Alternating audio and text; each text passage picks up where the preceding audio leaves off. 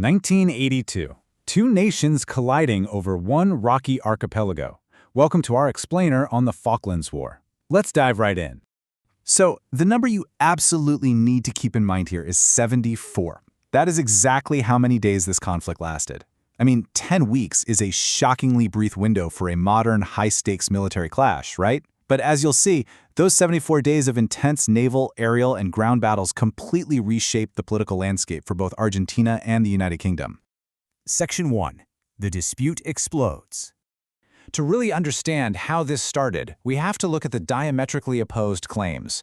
On one side, Argentina had claimed sovereignty over the islands, which they call the Islas Malvinas, since the early 19th century. On the flip side, Britain actually seized the islands in 1833, and the modern islanders living there strongly favored remaining under British rule. Fast forward to early 1982. The Argentine military junta is facing some severe domestic heat for economic mismanagement. So they bypass negotiations entirely and decide to invade, essentially gambling that a successful recovery of the territory would unite the nation. Things escalated incredibly fast. On March 19th, Argentine salvage workers raised their flag on British-controlled South Georgia. Boom! By April 2nd, Argentine troops invade the Falklands, rapidly overcoming the small British garrison stationed at the capital, Stanley. Late April rolls around, and suddenly over 10,000 Argentine troops are stationed there. But here's the catch, and it's a big one. The vast majority of these troops were poorly trained conscripts, and they were sent into a brutal, approaching South Atlantic winter without the proper supplies. Section 2. Task Force South. Prime Minister Margaret Thatcher's response was massive and immediate. Declaring a 200-mile war zone, Britain scrambled together a naval task force built around just two aircraft carriers, the 30-year-old HMS Hermes and the brand-new HMS Invincible. They literally pressed luxury cruise ships like the Queen Elizabeth II into military service. It was an all-hands-on-deck situation. And crucially, the U.S. quietly provided serious logistical support, fuel, and vital intelligence through Ascension Island. But the sheer scale of the logistics here is just mind-boggling. The British task force had to steam 8,000 miles across the ocean. They were operating at the absolute maximum, stretched to the limit range of their supply lines, just to reach the combat zone. Section 3. Missiles and submarines. Now we get to May 2nd, a major turning point. The obsolete Argentine cruiser, the General Belgrano, was torpedoed by the British nuclear-powered submarine HMS Conqueror, just outside the exclusion zone. This was a highly controversial sinking with a very heavy loss of life, but militarily speaking, it achieved a massive strategic objective. After this, the entire Argentine surface navy essentially retreated to port and stayed there for the rest of the war. But staying in port absolutely didn't mean the fight was over. The Argentine Air Force immediately took over the offensive, leading to punishing losses on both sides. Looking at the numbers, Argentina lost 35 fighters and 25 helicopters.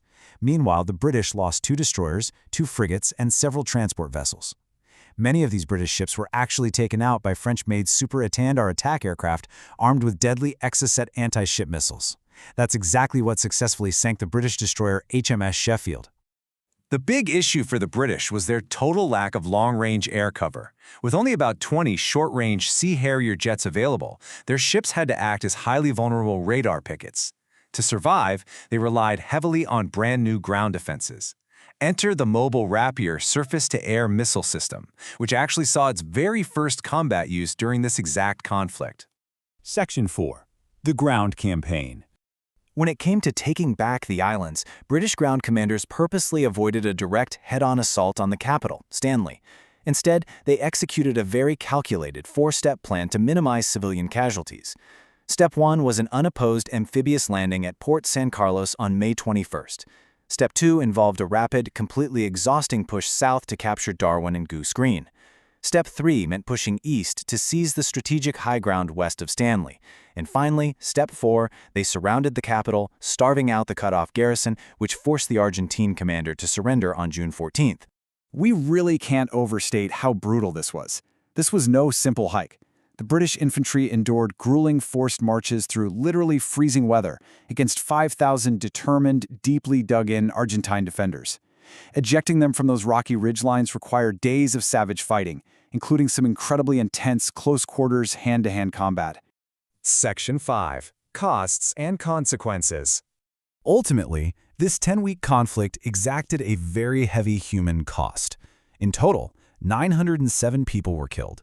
That breaks down to 649 Argentinian military personnel, 255 British military personnel, and 3 Falkland Island civilians. It's a deeply sobering toll for such a short window of time.